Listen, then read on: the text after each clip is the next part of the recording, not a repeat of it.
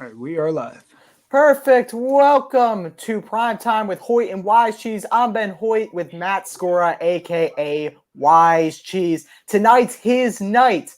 That's Sunday right. night football, 49ers, Green Bay Packers. We also have my fellow Philly Unwrapped member, Alec Carr. How are you doing today? What's up, man? So, before we get started, what does Connie like to say that I've now used as my own phrase? He likes to say to pay the bills. Pay the bills. So let's start with the gambling. MyBookie.ag, code USM100 for a 100% sign up bonus. That is our official gambling partner. RxHemp.com, code RxHemp-USN for 10% off your order. Those are our two sponsors. And of course, check out the Unwrapped shop at teespring.com/stores/unwrapped. And make sure to check out the Unwrapped Patreon, which we'll get into a little bit later. But the game is about to get underway, so we're going to go into our stakes bet of the night. The first score of the game could either be a Packers field goal, a Niners field goal, a safety, or either team has a touchdown. I place 5 on either team will score a touchdown because of both of the defenses and offenses in play tonight. Agreed? I agree. I feel like the first start is going to be a touchdown, regardless of either team. Yeah, Alec, I really think this will be a offensive firepower type of game. I mean, Aaron Rodgers and the Packers. It all has to depend on Jimmy G, in my opinion. But I have the Packers, even though the Niners are the favorite here. Yeah, I mean, I definitely have the Packers as well. I know everybody keeps talking about how the Niners went in there last time they were healthy and smoked the Packers, but I've what have you done for me lately? Kind of league like that. Who cares about what happened? 2 years ago. This is to this year. The Packers are who they are, and the 49ers are who they are. But yeah, I think it's definitely going to be a hell of a game to watch for sure. Matt, do I even have to ask who you're picking with that big thing of dairy on your head? No, I mean, I'm going to go with the Packers. My honest opinion is, the last time the Packers played against a healthy 49ers offense, it did not turn out well.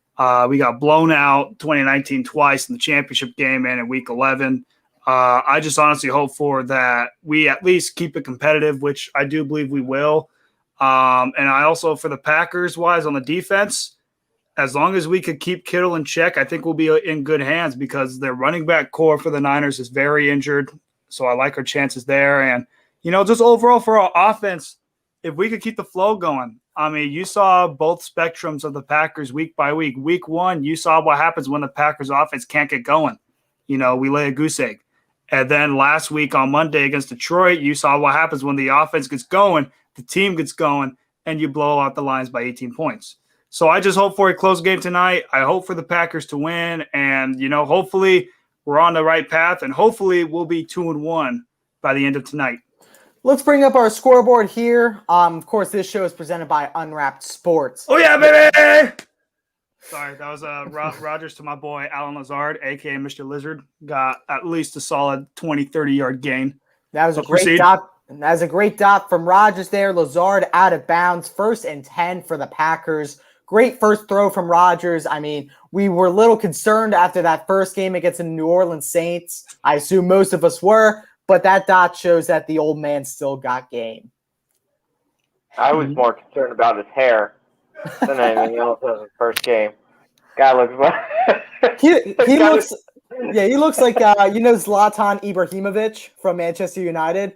Yeah, he looks exactly like him, in my opinion. He looks like he belongs in the corner of some city, like just chilling, hanging out on a stoop.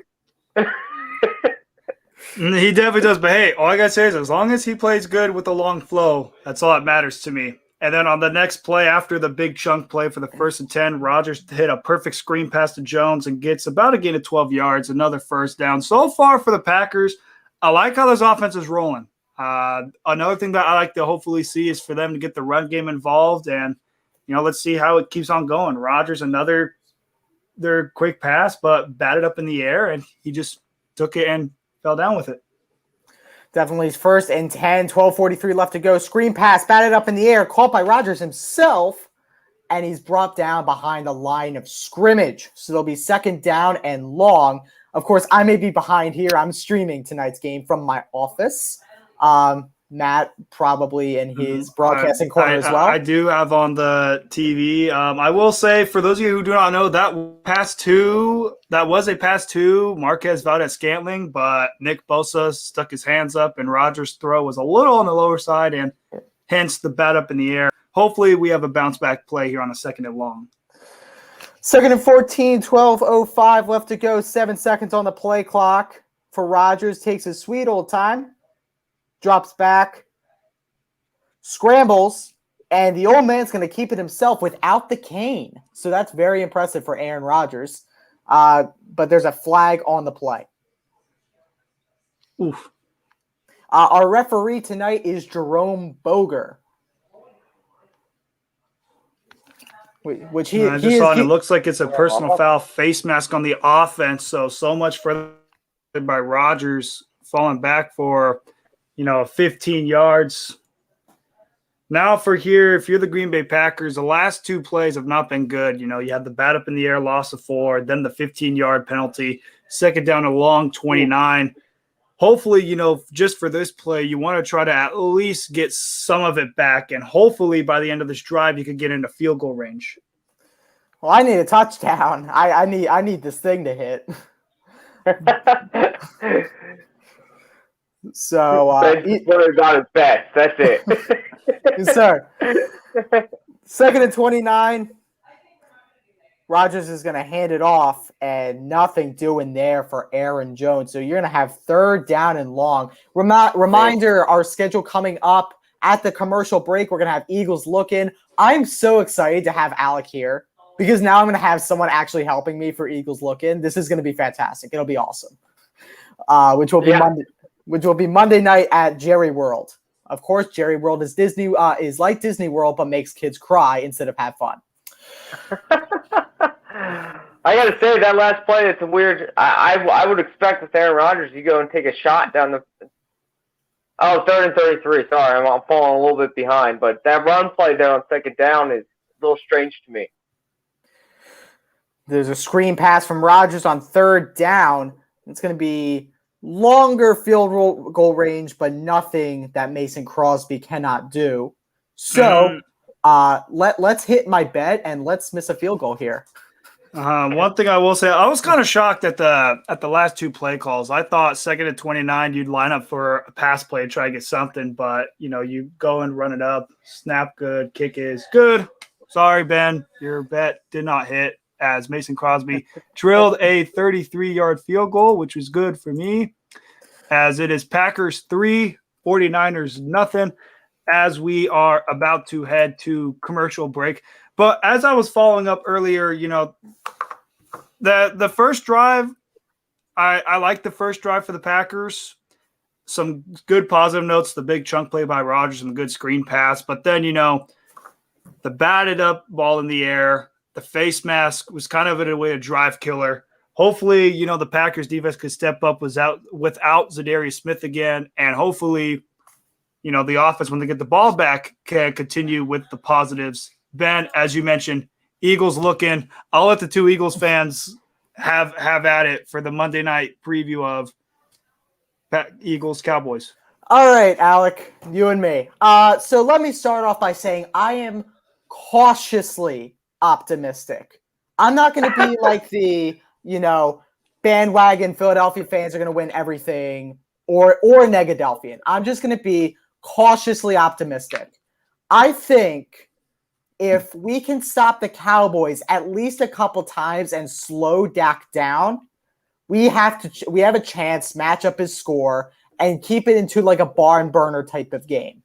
Now, the problem is we can't get stopped, or else things are going to go horribly wrong, and then we're going to lose by multiple scores. I think we're going to lose by multiple scores no matter what. I'm going to go the Negadelphian route only because of one reason only. You want another off season without getting any linebackers, and you're going up against a divisional foe who plays you twice a year and knows that you don't have any linebackers. So they're not gonna take a lot of big shots. If they're smart, if the Cowboys play their game right, they will dink and dunk their way up the field and go slow, because that's what you can do against the Eagles.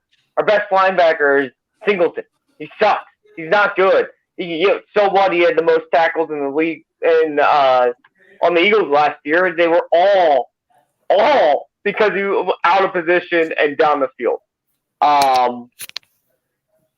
I just don't see the Eagles having much of a chance here, and I don't think our offense can keep up with theirs, which is probably the most important thing. Defenses kind of negate each other out. Our offense can't score like their offense. I'm not saying Dak's an absolutely incredible quarterback, but he is good, and he's surrounded by weapons on top of weapons on top of weapons on top of weapons. So I see this being a very ugly game. Yeah, that's my one concern is that offense. I mean, Dak can throw 400 at any given point. And if we get stopped and we have a couple 3-and-outs, it's done. It's over. And then I will be going to the game where we will be swept off the floor by the Kansas City Chiefs. All right, we're back to the game, and the 49ers, we'll have more Eagles looking at another commercial break. But in the meantime, the 49ers offense will be taking the field here in Santa Clara, California for tonight's game. So what are you looking for if you're the San Francisco offense? Just a score, touchdown? What do you think? If I'm the San Francisco 49ers, I would honestly say the one thing that I'm looking at is just to simply see if we could still get the run game going. Regardless of the running backs that are injured, the Kyle Shanahan offense is based off of the run game. If you're the 49ers, if you could still run the ball and you get the play action role with Jimmy Garoppolo, you're going to have a lot of success. But also, to Ben's point, if I were the 49ers, this drive has to come away with some points, whether it's a field goal or a touchdown, just to give the Packers offense some more pressure. Because if the Packers defense can force a 3-and-out and you're still up 3-0, if you go down the field and you get either another field goal or a touchdown, you're either up 6-0 or 9-0, eventually to 10-0. You'd have a good cushion there. But, overall, just simply for the Niners, see if the run game can work, because if the run game still works for the 49ers with all their injuries that they have, they could easily pick apart this Packers defense. Because what are you going to do? If you can't stop the run, we're going to hit you with the play action with George Kittle over the middle. If you could somehow, some way stop the run, see if you could try to beat us with our targets with Deebo Samuel, or even try to get Brandon Ayuk involved. Ayuk the last couple of weeks has not been involved at all for the 49ers. So I feel like it may be a situation where if the run game isn't working for the Niners, maybe you'll see Jimmy Garoppolo pass the ball more. So we'll see overall what happens there. Yeah, Alec? I just think you got to see the one thing I haven't seen this year now. It's only been 2 weeks out of the 49ers is where's the creativity from Shanahan that we all know him for, that creative play caller. I'm waiting to see. I don't have a real dog in this fight. I think the Packers are going to win, but I love seeing a creative 49ers offense. I want to see, if I'm the 49ers and I'm a 49ers fan, I want to see a lot of Deebo. I want to see a lot of, like you said, a lot of run game. And then the reason why they're a run team is because of George Kittle. When you run the ball a lot, you force the defense to come in, to bring more people inside the box, which frees your tight end to get open more, because he's being covered by slower defenders, usually linebackers in that scenario. So I think that's exactly the game plan for them, is use the run game, get Kittle open, and trick him up a little bit. Let's see some creative ways to use Deebo Samuel, because that's what he's on the team for. Yeah. 49ers 4th and 6. And I'm going to counter with my own point. I think Shanahan is creatively smart. And I'm going to use that term, because Sirianni can be creative, but for going for like a 4th down, like a Philly special at your 5-yard line, that's too much creativity. Do you know on a 4th and goal? Yeah. Do you know what Kyle Shanahan did 4 times that worked and actually scored them a touchdown? A good old-fashioned QB sneak. There are some bounds of creativity, but Kyle Shanahan can really push the limit sometimes and then backtrack it when he needs to. Right. Exactly. You definitely can. With that being said, as we hit on the commercial break, let's kind of delve into some of the week 3 action. What are some of your guys' overreactions for week 3? I'll kind of give it up to our special guest and Alec. So far throughout these games for week 3, if you were to overreact over one topic, what would be your overreaction so far for week 3? And it could be anything. It's a really good question. This isn't an overreaction, but I do want to mention a little bit is that the league kind of reset itself. My one overreaction, I guess, would have to be the Kansas City Chiefs. What is going on there? What I was going to say is the league kind of reset itself this week where it's like, okay, the Bills are actually a really good team. We saw that when they played the Redskins. Okay, Cardinals blow out the Jaguars. That's what's supposed to happen. But then the Chiefs come out and they almost come back against the Chargers and then kind of blow it at the end. I think the Chiefs are going to get it right. They're too good of a team. They have too many weapons. They're just far too good. But starting out this way is really, really hard to recover. So if I had to pick an overreaction, it would be what is going on with the Kansas City Chiefs. And I hope Andy Reid is healthy, of course. Always got to pray for Big Red. My overreaction is Trevor Lawrence isn't going to make 2 years in this league. Now that's overreaction. No, let me explain my point just a little bit more. Trevor Lawrence has not had a game yet in the NFL where he hasn't thrown 2 or more picks. I mean, what I've seen out of Trevor is a lot of inexperience and where he was really comfortable in Clemson, where he would just throw a dot to receiver just nonchalantly. He can't do that in the NFL anymore. He was doing a lot of throws where he's throwing off his back foot, and one of them resulted in a pick. Deadly mistakes. And I don't think one of my overreactions a couple weeks back is that Urban Meyer's getting fired this year. I still believe that to be the case. But Trevor Lawrence, after 2 years, he's just going to be like RG3. Out you go. My overreaction is going to be, I mean, it could be not an overreaction for some people, but my overreaction so far for week 3 is the Pittsburgh Steelers for the first time in Mike Tomlin's career will finish below 500. I mean, I don't know what's wrong with the Steelers team. They've had their last 2 home games at Heinz Field. They lose a close one to the Raiders, and then you come out and you lay a fat goose egg against the Cincinnati Bengals. I mean, the Bengals, we all thought they should have took Penei Sewell instead of Jamar Chase, but after this game, Jamar Chase looks very damn good at receiver, especially with him and Burrow leaking up for multiple touchdowns. And also, Big Ben, what's happening? I mean, I know you're getting paid $28 or so million, but like, you should have retired after that playoff game against the Browns because whatever tank you have left, you're running on E. Like, you're out of gas. Like, there are some interceptions I saw in this game where it's like, Ben, what are you doing? Like, there was this one play, Alec, to where he was scrambling and then he was just soft throw, and then the Bengals defender is like, you give me interception. I'm just like, Ben, what was that? What were you doing, Ben? Why do you throw that? Just if you're not gonna get it, take the sack. Yeah. So my overreaction for week 3 would be Pittsburgh Steelers, first time under Mike Tomlin, will finish below 500. We are back here with the score update. It is still 3-0 Packers over Niners, and A-Rod did it again. Another big pass play to, I believe, Marquez, Valdez, Scantling. Yeah, before we move on from overreactions, I will say Ben Roethlisberger's body is totally breaking down. I feel the Steelers. I felt the same way about Jason Peters, and I felt the same way about Alshon Jeffrey. So I pray for them. Second, do you know the 2 other QBs that threw 2 or more picks in each of their first 3 games? Like as a rookie? Correct. Definitely for sure, Peyton Manning. Peyton Manning's one of them.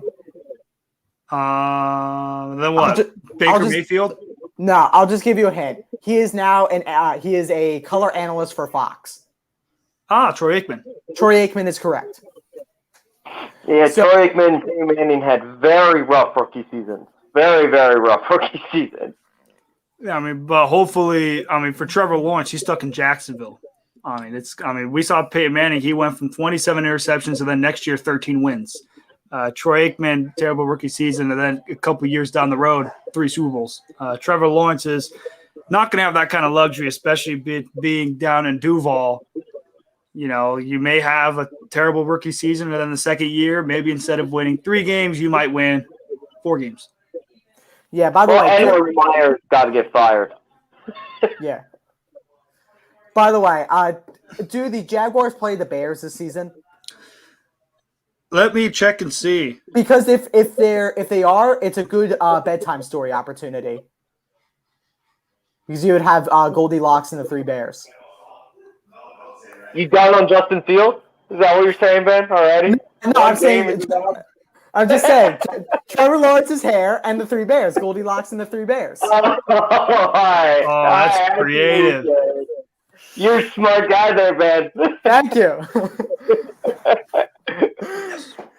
And then a quick update, 3rd and 6, Rodgers is doing Houdini stuff in the pocket, scrambling and threw a dart to Devontae Adams for a completion inside the 5-yard line, down at a. Hopefully they don't pull a Seahawks card and pass at the 1-yard line. Hopefully they're smart and just give it to Aaron Jones. But I do know is for Green Bay, they are very well set up for success here. As Rodgers is about to take the snap, play clock down to 5. Oh, they do pass it. Easy touchdown, Devontae Adams. What a start here for the Green Bay Packers, as they are now up 9-0 so far in this game, awaiting the PAT. Yeah, this is a great start for the Green Bay Packers, one that I thought would happen because I believed in the Packers offense, unlike Connie. Just saying. Hey, I was gonna say I believe in my team, but I've known the last 2 times when the Niners defense was healthy, they brought the slaughterhouse. But yes, it is a 9-0 lead pending the extra point from Mason Crosby, and anything can happen because we did have a few missed extra points today and a 66-yard field goal. So wide diversity in field goals and extra points today. Definitely on that, and he makes the extra point. Packers up 10-0. One thing I will say here, as we hit commercial break, this is honestly a great start. This is the start for the Packers that I love to see. Each of our drives, our first 2 drives of the game, field goal, touchdown. Great start so far, especially against a team that's almost like a – I don't know why I'm drawing a blank. It's like a demon. We have to try to overcome our demons. I know people say oh, Matt, but you beat the 49ers last year. I was not the San Francisco 49ers that I know, the one that brought PTSD. That 49ers defense, that's the defense that I knew that caused havoc in the championship game or in week 11 when they throttle housed us 38-8. This is a start to where I think all Packer fans look and say, fantastic. This is like Stephen A, where he said, this is exactly what I've been waiting for. This is exactly what I've been waiting for. All right, let's do a fantasy update presented by Unwrapped Sports. Of course, both me and Score are in Sleeper League. Sleeper is a fantastic football fantasy network. I know it's not an unpaid ad, but I'm just going to say it anyway. Unwrapped Redraft League, I will be handed my first loss of the season to Dalvin and the Chipmunks. It is 106.12 for me to 131.70. And then in the Ultimate Fantasy League, I will beat Connie this week. Ooh, okay. Let's see here. Now for me, I will be handing my first L in the redraft. It happens. I blame Christian McCaffrey getting injured wholeheartedly. And for the most part, that's pretty much it. The reason why I lost was because Christian McCaffrey got hurt. And so that's my first L in the unwrapped redraft.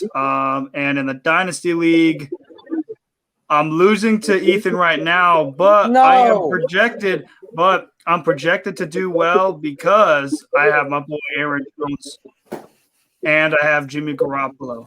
So it's going to be very hit or miss. Hopefully Jimmy G starts racking up some touchdown passes and, Aaron Jones just gets some rushing touchdowns. And hopefully that goes my way. The other fantasy leagues, I'm pretty much winning because that's what I do. And then for my own fantasy league, the only thing I'm waiting on is just Aaron Rodgers. And of course, I'm playing Michael, and he has Devontae Adams. So, Aaron Rodgers, please no more touchdown passes for Devontae Adams. Thank you. Yeah. What about you, Alec? What fantasy leagues are you in? So I'm in a league with my cousins that is actually kind of a joke league. It's just for fun. It's the only time, as I am a busy, well-traveled man now in my new job, it's the only thing I have time for fantasy-wise. I am currently projected to win. I've won that league 3 times now. Like the whole championship 3 times? Yeah. Ooh, okay. We got Dynasty Builder. By the way, my team Delco Squad in the Ultimate Fantasy League, yes, my team is called Delco Squad. I am from Delco, hence the name, is projected 201.88 points. That's impressive. But not as impressive as this Green Bay Packers start to this game. It is fantastic. It was a very much better called drive as well. I feel the same way. There really wasn't any bad plays. There wasn't any face mask or batted passes or any holdings. And it all started with that big chunk play to MVS. It's just that simple. It always seems like our first 2 drives, we have 2 big chunk plays, and we've been able to cash in on those, which is huge for this game because whenever you're playing a potential playoff team like the 49ers, you want to cash in and get as many points as possible. Just to lend the hand to them to simply say, what are you going to do? Yeah, and you got to follow up now with the stop. Now, Shanahan gets really creative on his first play call here and goes end around with the tight end.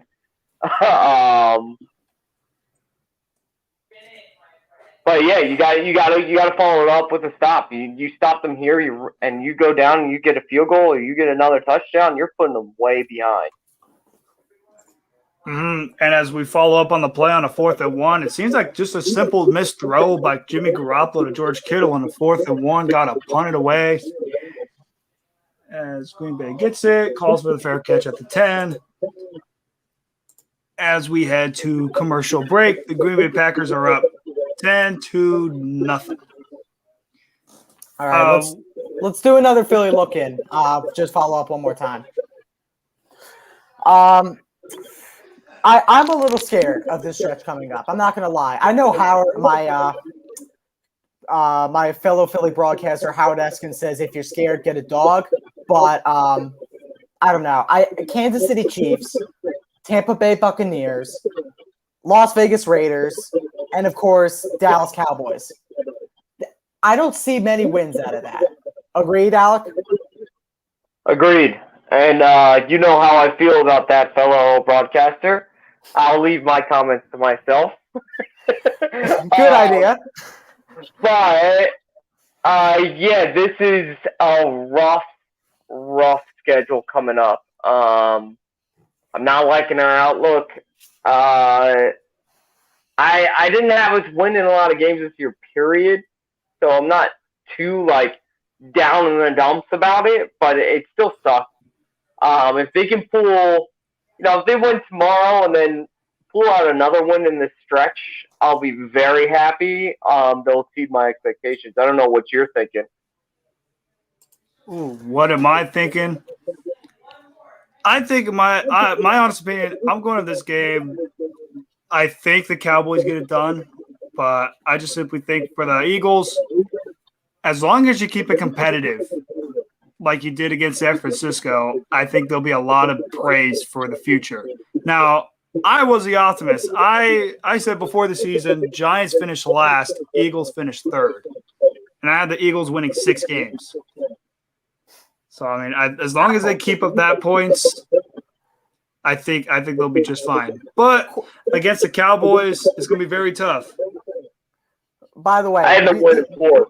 Did you seriously have us winning 4 games? Seriously? No, I had us winning 6. Oh no, I'm talking to Alec. Yeah, I do. I still do. No, I feel like if all goes well, we'll be 2-1 at the end of 3, and we'll be fine. Whew. If you find a way, I'm hoping your young heart, man. hey, here's one thing I will say: if the Eagles beat the Cowboys at Jerry's World, all I know is I'm going to see a lot of Eagles chatter in that football chat. You know it. Smoking that Jerry Jones pack. Yes, sir. Everything I will say, if the Eagles come out and beat the Cowboys, I will be talking so much crap to all the Cowboys fans in there. But after every sentence, I will say, but we still suck. At least we're turning it back to reality when we smack talk. You cherish them on for a little bit, and then you get back to reality. It's like, we'll probably be like 5-6 wins. And by the way, I will be at that game next week against Kansas City, and I feel like Big Red and Patrick Mahomes is just going to take their anger out on Nick Sirianni. They're just going to try to wipe them off the face of the planet. Yeah, I will say T's and P's to Nick Sirianni.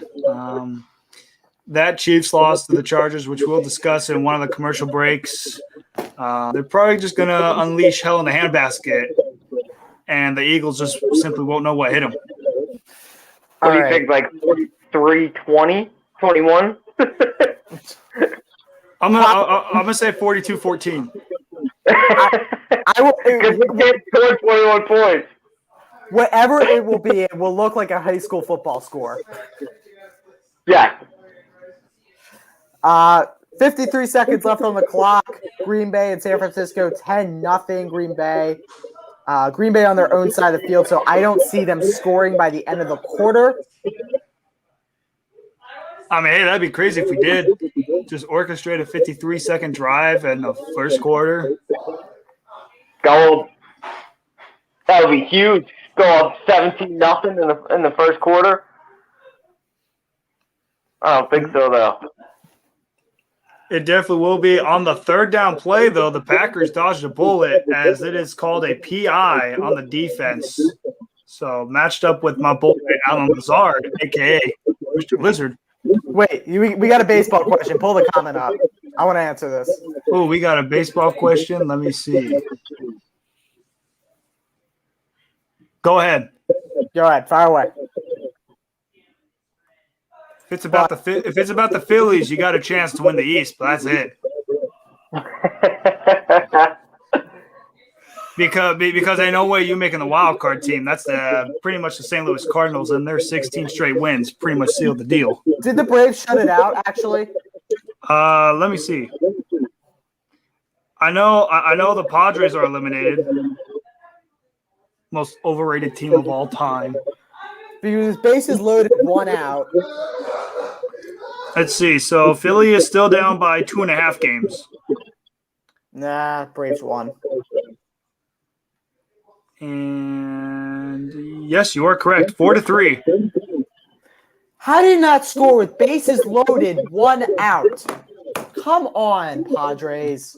Hey, man, it happens. And as we hit the end of the first quarter, it is the Green Bay Packers 10, San Francisco 49ers nothing. And while we are still on the topic of baseball, I'm going to pull up the wild card standings for you guys, and I kind of want to see if we see anything changing. So the Milwaukee Brewers clinched the NL Central today, so they're in. Giants and Dodgers have clinched the playoffs. And in the second wild card, we got the St. Louis Cardinals, and they're up by 6 games. And we got the Atlanta Braves at 83 wins, just battling over the Phillies, who have 81 wins. Do we see anything changing?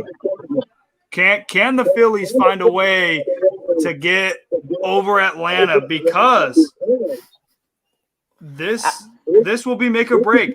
Tuesday through Thursday, you will see Ben or Alec have their hearts high or hearts low because the Phillies play the Braves in Atlanta Tuesday through Thursday, which will pretty much decide who makes the playoffs. My problem is, Matt, is this is going to sound like an old head Philadelphian, is you can't be disappointed if you expected to be disappointed to begin with.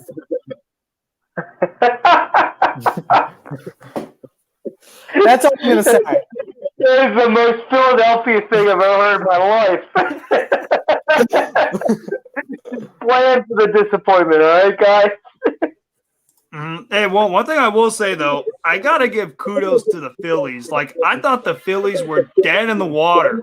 And then Bryce Harper and company just decided to turn into MVP Bryce Harper and go from there.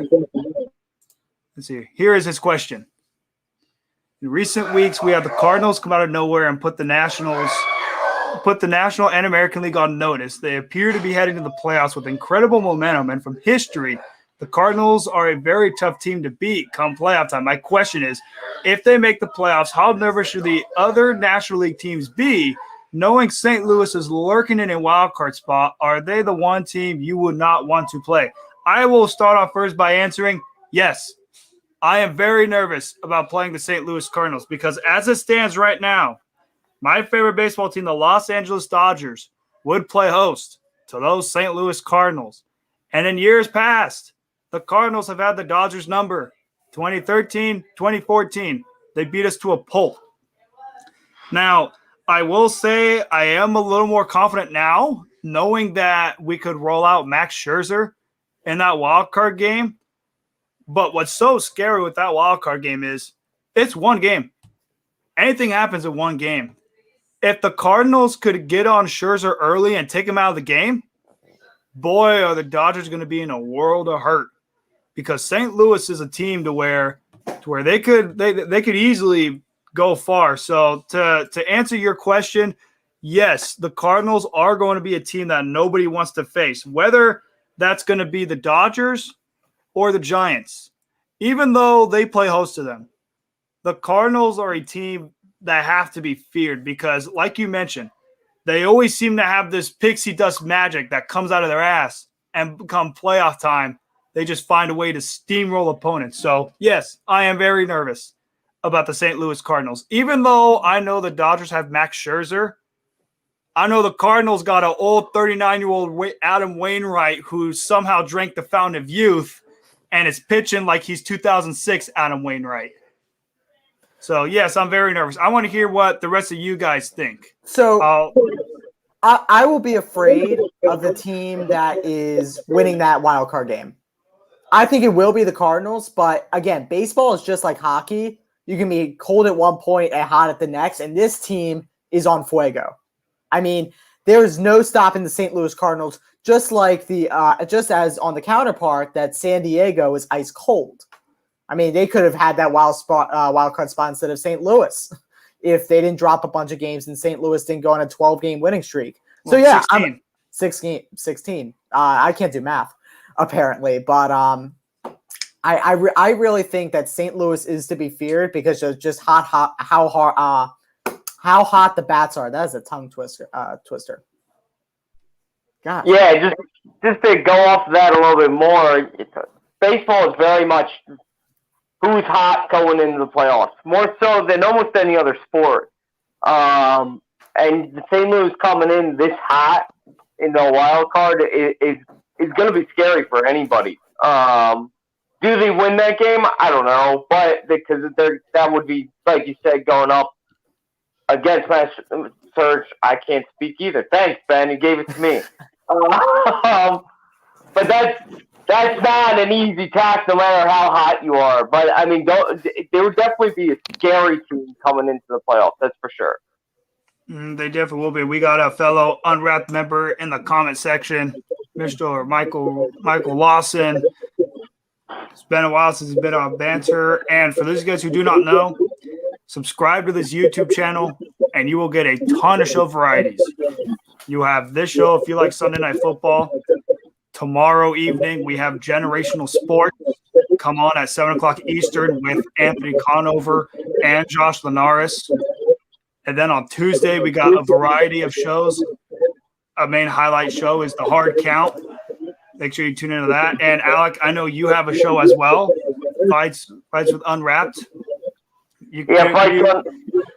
Fights on Unwrapped on Thursday night, 6:30. Check us out. We got all your combat sports, especially UFC content. I say it before every show and after every show. It's my very unbiased opinion that we are the best fight content out there.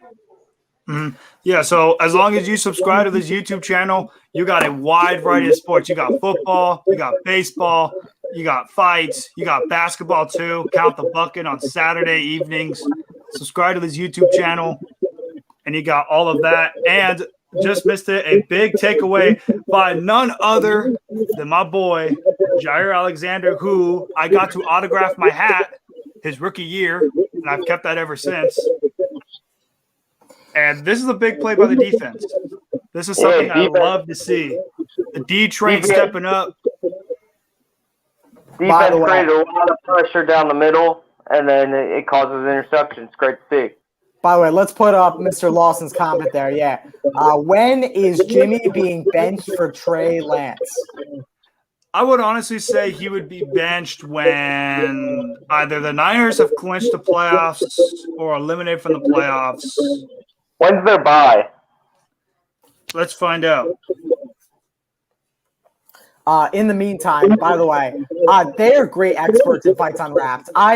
There's a fighter close to me who is trying for the Survivor Series. Not the Survivor Series. You know what I mean?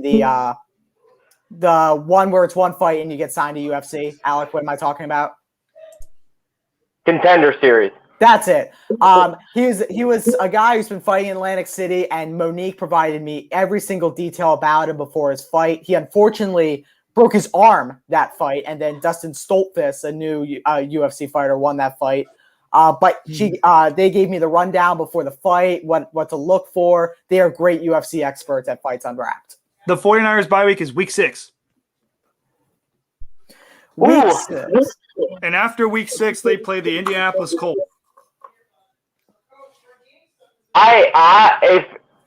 If they're still kind of mediocre going into that bye week or even looking bad, he could start after that bye week. I mean, you're going in, it's the perfect game to start him against.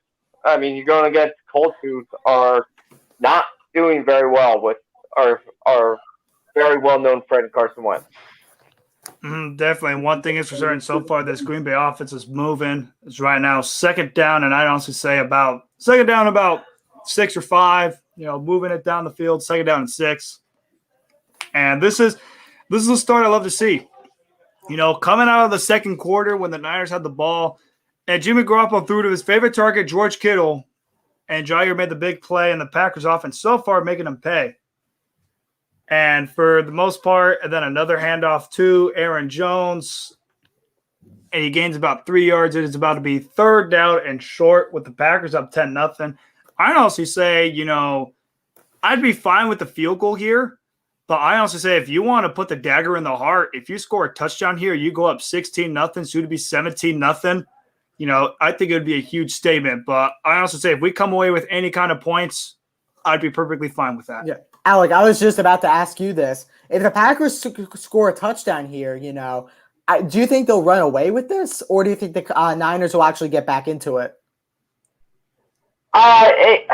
Beginning of the second quarter, it's hard to say that a team will run away with it because it's any given Sunday. Anything can happen at any point.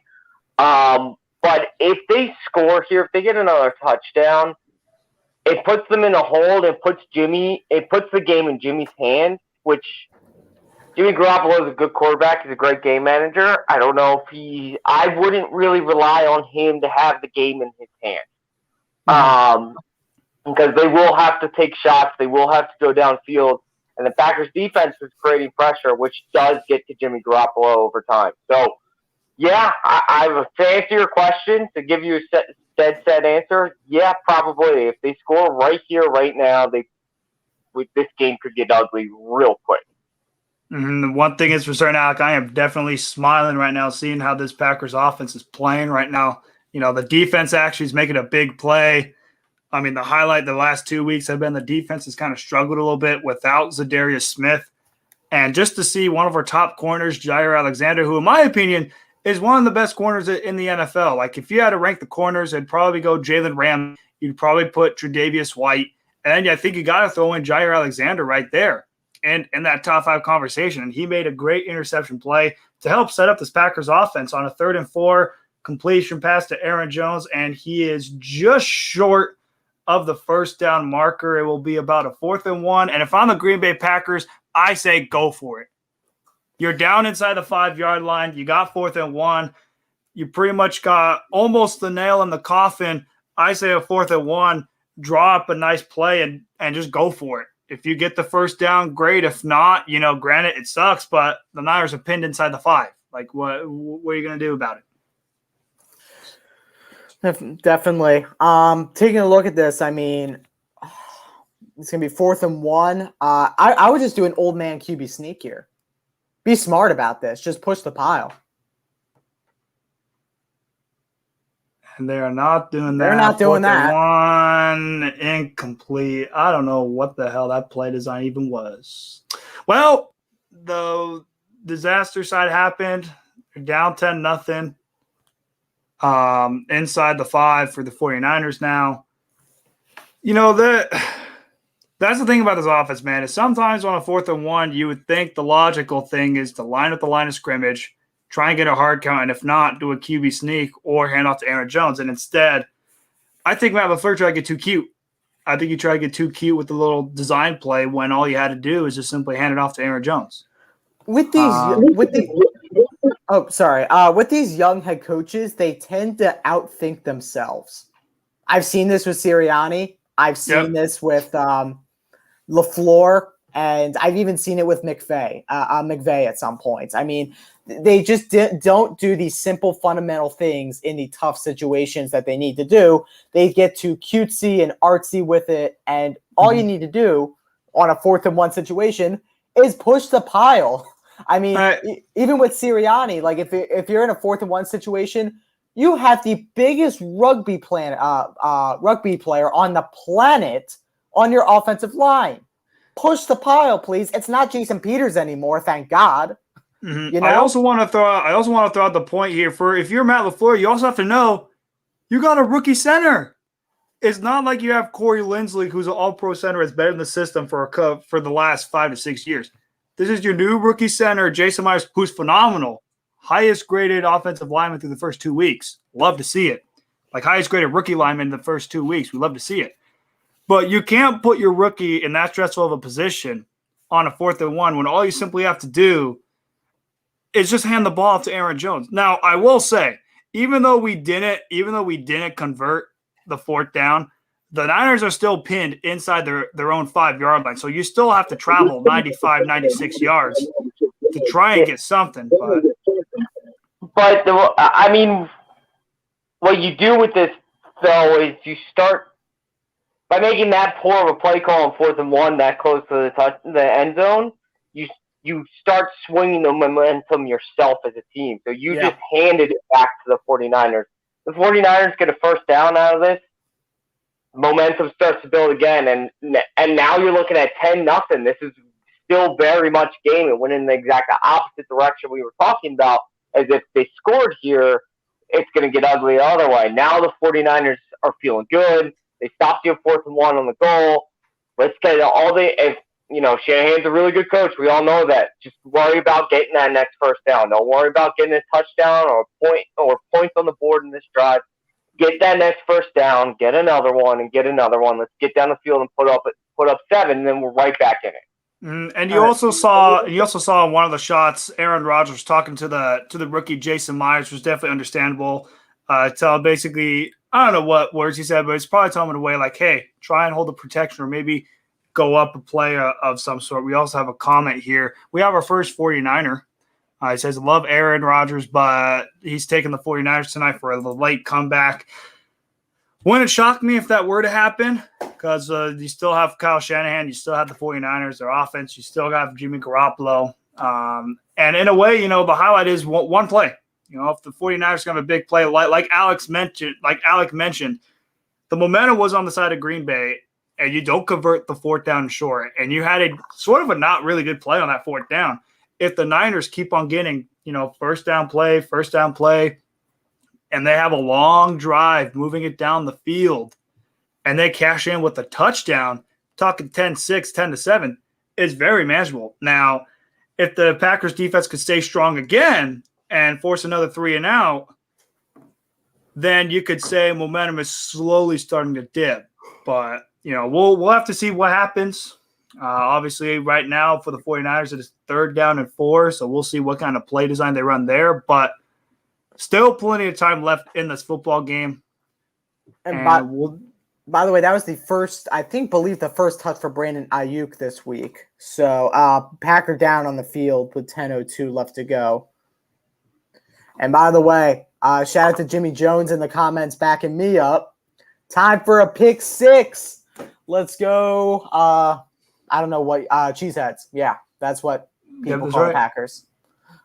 Because I just looked at that piece of dairy on Matt's head. Which, by the way, that's the one thing that stands out about tonight is that Matt's wearing a piece of cheese on his head. Oh, here's one thing I want to ask for both you Eagles fans. Yeah. Do you have the Eagle wing hat where you flip it and like the wings fly?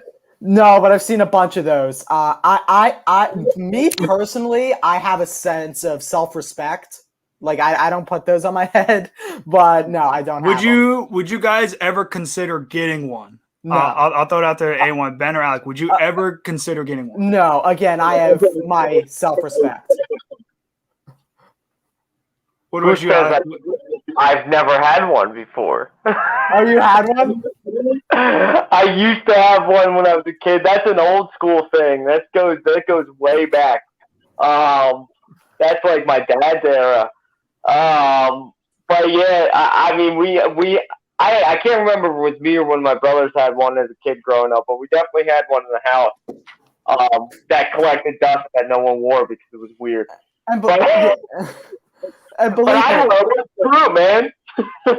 and by the way, speaking of having not having self-respect, I did have a bald eagle mask that I wore, like a literal head of a bald eagle. So I guess that's no worse than a bird flying on your head. And one last thing I'll throw out there for the Philadelphia Eagles: when the Eagles made that Super Bowl run during Super Bowl 52, did any of you guys wear a dog mask? No, because they sold out. I would have. I went to the Atlanta game and I went to the Vikings game, and I was sad because we're all bundled up and my head was cold. And I'm like, do you know what would be great for keeping my head warm? A dog mask, because it does heat up your head. What about you, Alec? Did you ever wear a dog mask? I did not. I did not even attempt to buy one. Wearing that much rubber around your face is not appealing to me. And what was the city of Philadelphia like when you won the Lombardi? Oh my God! Crazy. There are not enough words or synonyms of the word crazy to properly explain what the atmosphere was like. I don't know about Ben. I went into the city after the Super Bowl, after we won. That was nuts. Did any of you guys cry? No, I did. Yeah. No, I was back home in Delco watching the game, and I cried to my best friend on the phone watching the final score. When Rob Gronkowski dropped the ball because of the angle of the game was being shot in, none of us, and Ben and you, I mean, even you, Matt, can even say, no one really knew that Gronkowski dropped it right away because we couldn't see where the ball was. No, I said, did he drop it? I'm like, wait, the ball's on the ground. Many of my friends are just sitting there frozen, not moving. No one's talking. No one's looking away from the screen, just scared. And his mom, who's the sweetest old woman, just goes, they just won, right? And we were like, what? and immediately just started freaking out. There were a lot of grown men crying in that room that night. Yeah. And one last thing. Did you guys attend the parade? Yeah. I did not. I was in school that day, unfortunately. What? You didn't ditch school to go to the parade? My parents wouldn't let me. I went to the '08 Phillies parade. That I do remember. I called my boss the night of the Super Bowl, and he was like, who's not a football fan at the time, was like, "Why are you calling me?" I was like, "I am not coming in. Whenever the parade is, I am not coming in." We got down there at 8:00 in the morning. It was freezing cold. Couldn't feel my feet, couldn't feel my face, but it was well worth it. That was such a fun day. But by the way, I guess attending that Vikings game though was pretty good as well, because that city and that stadium afterwards, people were just freaking out. I am surprised they even got out of the parking lot alive. Like, seriously. Oh, that was fun. That was a lot of fun. I mean, because people are just freaking out with their cars and then running in the street, and it was like someone's going to crash. And people eating horse shit in the street. Hey, we don't talk about that guy. We don't talk about that guy. I was doing some stuff on my own. I was doing the skull chant to a bunch of Vikings fans on the street. That guy doesn't get talked about. No, I literally got into some Vikings people's faces and went, "Skull, skull, skull," and just shouted, "Go Birds." Those Viking fans, listen, we get trashed as Eagles fans. Yeah. But then what people don't know what happened before that Vikings game is that a bunch of Viking fans came over, they drove on a bus that came all the way to Philadelphia. And they got to Philadelphia, they went to the Art Museum, and they visited the Rocky statue. And put a Vikings jersey on Rocky Balboa. Oh, no. And that became a big news story in Philadelphia. You can probably hear my Philadelphia accent coming out. Yeah. As I get more and more angry, remember this. But you don't do that. And so when you put a Vikings or any jersey on Rocky, you're gonna get a lot of shit, especially if you lose. By the way, they probably could have put the Vikings jersey anywhere else, but because it's Rocky. Have you seen the Oh, my bad. Have you seen the Minneapolis news story warning Vikings fans coming to Philly? It was the most hilarious thing I've ever watched. Like, they're mean-spirited. What if they win, get out? Like, it was so funny. And I mean, they were partly right, but if you can hear my Delco accent, you mess with Philly, you's gonna get it from Philly. You just don't do that, you know? But yeah, if you haven't seen it yet, look up the Minneapolis news stations of people just flying home from Philly just with like PTSD. It was so funny. They gave them, man, just so you know, they gave them a to-do list and not to-do list for people traveling to Philadelphia for the game. It was. Oh, that's funny. It was so funny. I have to send it to you, man. It's great. All right, I definitely will be looking forward to that. And a quick game update right now. Jimmy Garoppolo had a nice pass play to George Kittle for about 14 to 15 yards, setting up what looks to be a 3rd and 1. And another Packer player is down on the field. Not a shocker, but it is 3rd down and 1 for the San Francisco 49ers as they are moving the ball slowly but surely down the field. As we hit commercial break, let's see what other stuff to talk about. Let's talk about some of the games during week 3 that went down before this Sunday night event. And one game that I would honestly love to highlight, even though it went down on Thursday, I love to highlight the Panthers-Texans game that went down on Thursday. And there were a lot of things that went down. And for all you fantasy football lovers out there, the worst fear has happened again. Chris McCaffrey got hurt. Cost me week 3. Thanks, McCaffrey. He hurt his calf, it looks like a hamstring. And I believe head coach Matt Rule said Chris McCaffrey could be out a couple weeks. But The Carolina Panthers got the win 24-9. Sam Darnold is 3-0 as a starter for the Carolina Panthers, and the New York Jets with Zach Wilson are 0-3. But for the Panthers and Texans, what were your overall thoughts on that game? I'll throw it out to you, Ben. What were your overall thoughts on that Panthers-Texans game on Thursday? I mean, it was a shocker that Christian went out. I mean, that was a whole Carolina offense besides DJ Moore, in my opinion. Maybe Robbie Anderson. But, I mean, that offense, just like Derrick Henry does for Tennessee, really flows through Christian McCaffrey. Pardon me, I can't talk. Now Alec gave it back to me. But they're going to really struggle without him. So because now Darnold has one less weapon and one less key weapon for that fact. And then I'll throw it out to you, Alec, as well. What were your overall thoughts on the Thursday night game? I see this as, a decent team beats a bad team. That's really what I see. I mean, it sucks. I think we're going to see the Panthers really struggle with, kind of like what Ben said. As the injury goes on, that's the kind of injury you don't really ever come back from until you get a full off season to recover from it. So I think he's going to – this isn't – even when he comes back, it's not the end of the story for Christian McCaffrey, unfortunately, because he is such a fun player to watch. So I think they're going to struggle on and off, having him, not having him, because he is such a big piece for them. He affects the game in every single way possible. He runs, catches. The only other thing he doesn't do is pass the ball, which I'm sure he could if they asked him to.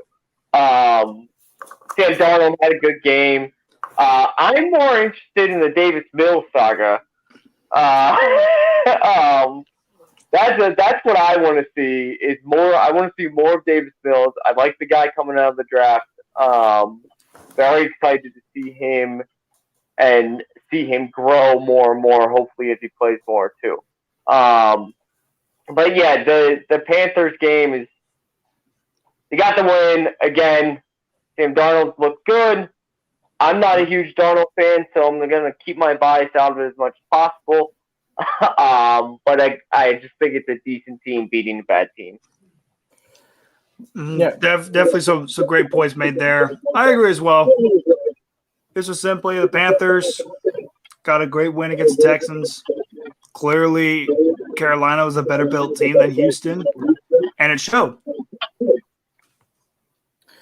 Definitely. One game I also want to highlight from this week is not the usual Ravens-Lions game with that 66-yard field goal. I'm not going to highlight that because that one's the obvious. What about Falcons-Giants? I mean, as unwatchable a game that is, I mean, it actually turned out semi-watchable. Young-Hae Koo with the winning field goal for the Falcons propels the New York Giants to tie for last place with the Washington football team. So, Alec, we are not in last for now. Yeah, definitely for now. I'll throw out first by saying the Giants, man, have found the most heartbreaking ways to lose the last 2 weeks. First, it was Dexter Lawrence going offsides as Washington misses the field goal. And then they reattempt, and of course, knowing that fate, Washington makes a kick. And now, here you are this week on Eli Manning's retirement jersey day.